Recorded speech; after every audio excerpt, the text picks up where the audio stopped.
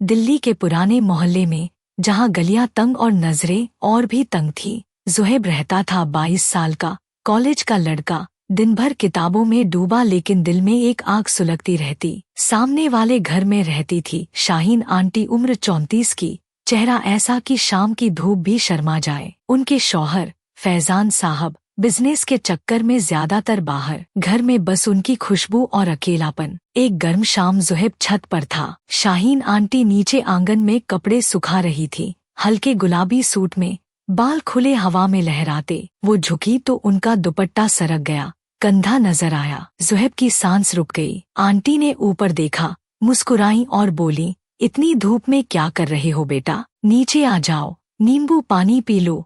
वो बेटा कहकर भी उनकी आंखों में कुछ और था, वो स्पार्क जो ज़ुहैब के सीने में आग लगा गया। फिर बहाने शुरू हुए, कभी दही मांगने, कभी किताब लौटाने। एक बारिश वाली शाम ज़ुहैब ने उनके लिए गरम गरम पकौड़े बनवा कर दिए। आंटी ने दरवाजा खोला, अंदर बुलाया। किचन में खड़े खड़े बातें हुई। बारिश की बूंदें खिड़की पर गिर रही थी। आंटी ने कहा, तुम्हारी वजह से आजकल शामें अच्छी लगने लगी हैं।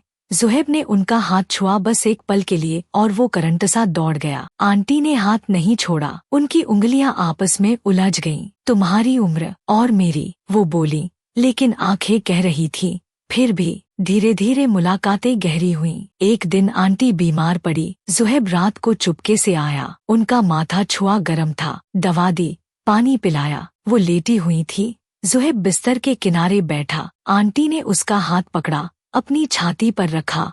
देखो, दिल कैसे धड़क रहा है तुम्हारे लिए। ज़ुहैब झुककर उनका माथा चूमा, हल्का सा, लेकिन वो किस इतना गहरा था कि दोनों की सांसें मिल गईं। आंटी ने आंखें बंद की। ये गलत है, लेकिन सही भी लगता है। एक रात दीवार फांदकर ज़ुहैब उनके आंगन में पहुंचा। आंटी कपड़े सुखा रही थी। अचानक वो पीछे से आईं, ज़ुहैब को गले लगा लिया, इतनी जोर से कि उनकी सांसें एक हो गईं। तुम्हारी खुशबू मैं भूल नहीं पाती, वो फुसफुसाईं। ज़ुहैब ने उनका चेहरा दोनों हाथों में लिया, आंखों में देखा। मैं तुम्हारे बिना मर जाऊंगा। वो करीब आए, होंठ लगभग छूते छूते, लेकिन रुक गए। बस वो पल, वो टेंशन काफी था। मोहल्ले की अफवाहें फैलीं। फैजान साहब अचानक लौट आए, सब जान गए। मुलाकातें बंद। ज़ुहैब खिड़की से देखता, दिल फटता। एक तूफानी रात आंटी का मैसेज आया, छत पर आखिरी बार बारिश में भीगते हुए मिले। आंटी रो रही थी। फैजान, सब जान गए, वो मुझे ले जा रहे हैं, ये आखिरी मुलाकात। ज़ुहैब ने उन्हें सीने से लगाया। बारिश में उनके बालों से पानी टपक रहा था। मैं इंतजार करूंगा, हमेशा।